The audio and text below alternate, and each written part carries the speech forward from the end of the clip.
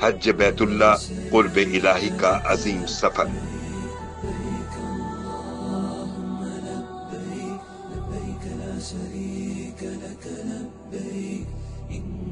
حج کی حقیقت۔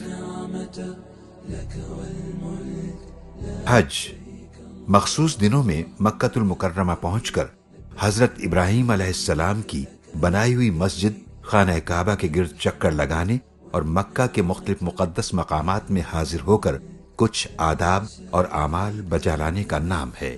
خانہ کعبہ اس دنیا میں اللہ کی رحمتوں اور برکتوں کا مرکز ہے۔ یہ وہ جگہ ہے جہاں سے لا الہ الا اللہ کی صدا ابھری اور پوری دنیا میں چھا گئی۔ یہاں سے پھیلنے والے پیغام نے زمین کے ذرے ذرے کو روشن کیا اور انسانیت کو ہدایت کا راستہ دکھایا۔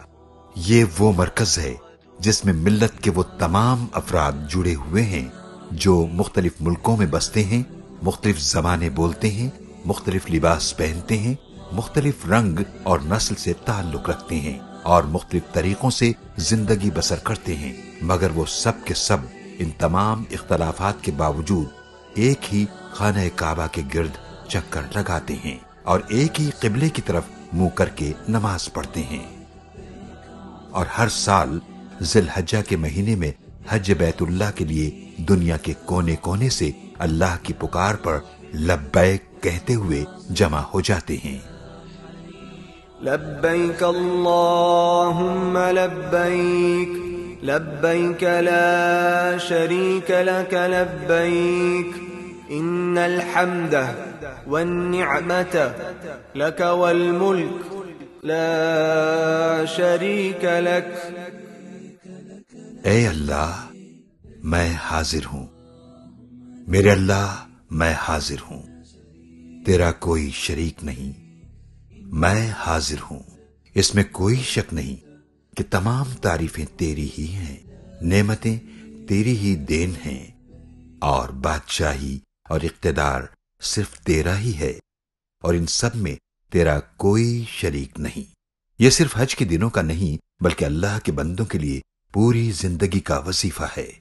یہ اپنے مالک کے حضور اس کا سچا غلام بننے کا عہد ہے، جس کی مثال اور نمونہ حضرت ابراہیم علیہ السلام، حضرت اسماعیل علیہ السلام اور حضور اکرم صلی اللہ علیہ وسلم نے انسانیت کے سامنے رکھا۔ حج کا اصل سبق اور پیغام اپنے اللہ کے سامنے یہی اطاعت ہے۔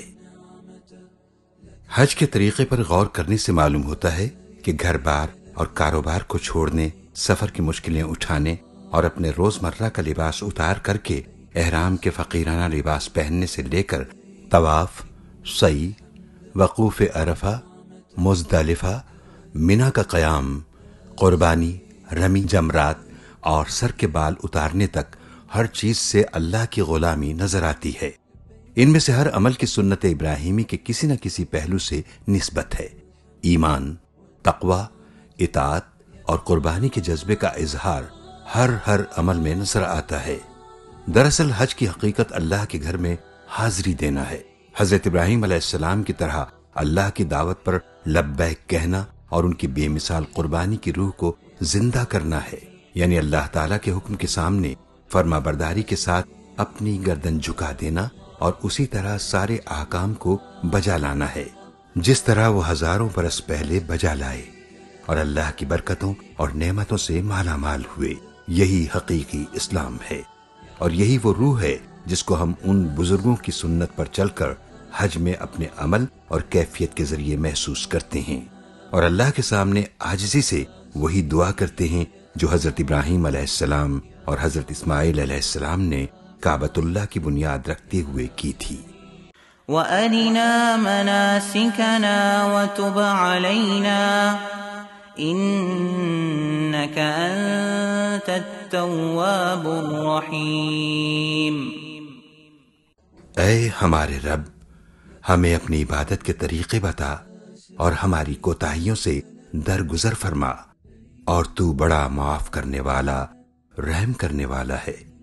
حج میں تمام حجاج اللہ کے حکم اور انبیاء کی سنت کے مطابق ان دنوں بغیر سلے اور سادہ کپڑے پہنتے ہیں۔ وہ ان دنوں نہ ہی سر کے بال کٹواتے ہیں، نہ ناخن تراشتے ہیں، نہ خوشبو لگاتے ہیں، نہ رنگین کپڑے پہنتے ہیں، اور نہ ہی سر چھپاتے ہیں، اور دنیا کے آرام و آسائش سے پرہیز کرتے ہیں۔ حج کے لیے ضروری ہے کہ احرام باندھنے سے لے کر حج کی تکمیل تک ہر حاجی نیکی اور سلامتی کی تصویر ہو۔ وہ لڑائی جھگڑا اور دنگا فساد نہ کرے، کسی کو تکلیف نہ دے اور شکار بھی نہ کرے، یہاں تک کہ چیونٹی کو بھی نہ مارے، کیونکہ وہ اس وقت حالت امن میں ہوتا ہے۔ اللہ تعالیٰ کا ارشاد ہے، فلا رفث ولا فسوق ولا جدال فی الحج۔ حج کے دنوں میں نہ عورتوں سے اختلاط کرے اور نہ کوئی گناہ اور نہ ہی کسی سے جھگڑا کرے۔ حج نیکی، خیر اور ایک عظیم عبادت کا سفر ہے۔ جس طرح ہم دنیا کے سفر کی ضروریات کے لحاظ سے مناسب سامان لے کر چلتے ہیں، اسی طرح اس سفر کے لیے بھی مناسب سامان کی ضرورت ہے، اور ایک مومن کے لیے اس کا انتخاب خود قرآن کریم نے کیا ہے۔ وَتَزَوَّدُوا فَإِنَّ خَيْرَ الزَّادِ التَّقْوَى وَاتَّقُونِ يَا أُولِي الْأَلْبَابِ۔ اور سب سے بہتر زاد راہ تقوی ہے، پس اے ہوش مندو میری نافرمانی سے پرہیز کرو۔